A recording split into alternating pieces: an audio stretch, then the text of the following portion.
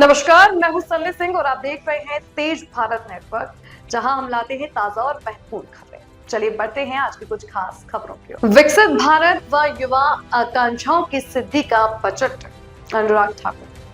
केंद्रीय बजट को लेकर वरिष्ठ भाजपा नेता एवं पूर्व केंद्रीय मंत्री अनुराग ठाकुर ने प्रतिक्रिया व्यक्त करते हुए इसे विकसित भारत और युवा आकांक्षाओं की सिद्धि की दिशा में एक महत्वपूर्ण बजट बताया है।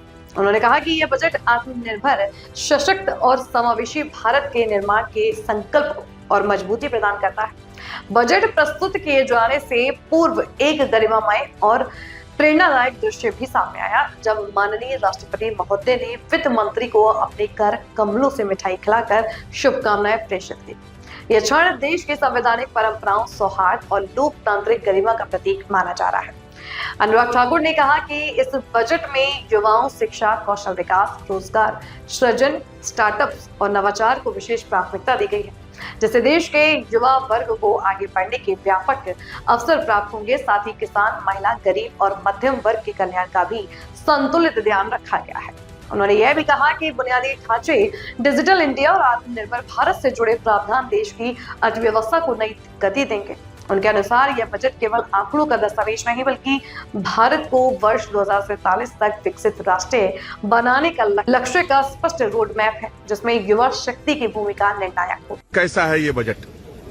अगर मैं एक बात करूं कि देश में public capital expenditure 2 lakh crore से बढ़कर 12.2 लाख करोड़ 2014 से 2026-27 में हो गया, ये दिखाता है मोदी सरकार आधारभूत ढांचा बनाने में भी, रोजगार सृजन में भी कितना बड़ा काम करती है। और कर्तव्य भवन से बना पहला ये बजट नए भारत की कार्यपद्धति, कार्य संस्कृति उसका प्रतीक है। और साथ ही साथ जो 3 कर्तव्यों की बात यहाँ पर की गई, उसमें जहाँ एक और निवेश, उद्योग और रोजगार सृजन को बल मिलता है, वहीं दूसरी ओर सबका साथ सबका विकास के माध्यम से सबको इस बजट का लाभ, सब योजनाओं का लाभ देने की बात करता है।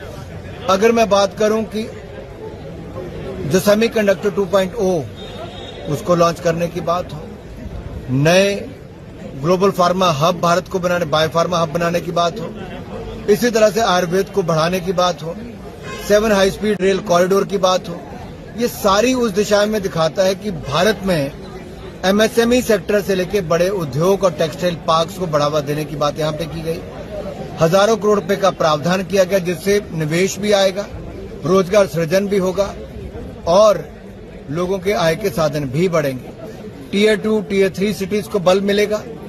इससे पता चलता है कि ये विकसित भारत बनाने का संकल्प जो नरेंद्र मोदी ने लिया है, उसके लिए बजट आया है। महात्मा गांधी ग्राम स्वराज पहल से लेकर एमएसएमई से लेके न्यू एज जो इंडस्ट्री है उसको बल, क्रिटिकल मिनरल से लेके इकोलॉजिकल जो हमारी ट्रेल्स हैं उसको बनाने की बात कही गई।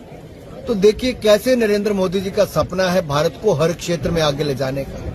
यह थी आज की मुख्य खबर तेज भारत नेटवर्क के साथ। अगर आपको वीडियो पसंद आई हो तो इसे लाइक करें, कमेंट करें, शेयर करें। धन्यवाद।